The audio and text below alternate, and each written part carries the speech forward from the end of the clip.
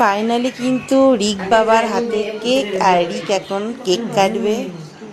সেই মুহূর্তটা চলে এসছে। সারাদিন ধরে অপেক্ষা করেছিল যে কখন আমি কেক কাটবো, কখন আমি কেক কাটবো। যেহেতু বাচ্চা, বুঝতেই পারছে।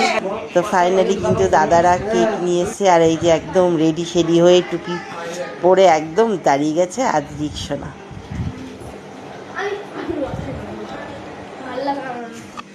আর হ্যাঁ, তোমরা কিন্তু অবশ্যই জানাবে রিককে লাল পাঞ্জাবিতে কেমন লাগছে।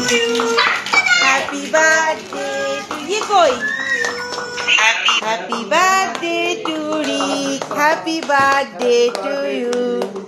এবার না কাটো।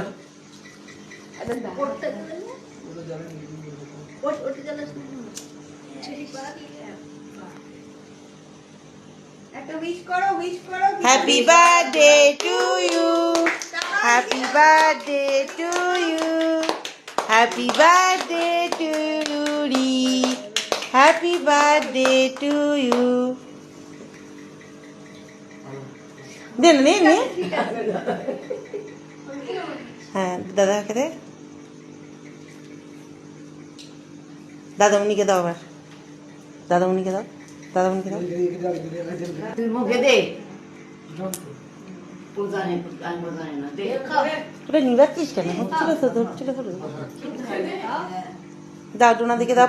পাকে দিয়েছ? হ্যাঁ।